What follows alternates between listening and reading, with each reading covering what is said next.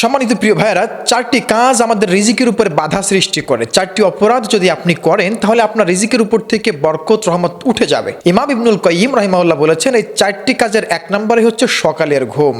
রাসূলুল্লাহ সাল্লাল্লাহু আলাইহি সাল্লাম নিজেও বলেছেন যে ফজরের নামাজের পরের যে ঘুমটা, যারা এই টাইমে ঘুমিয়ে থাকে তাদের রিজিকের মধ্য থেকে বরকতকে তুলে নেওয়া হয়।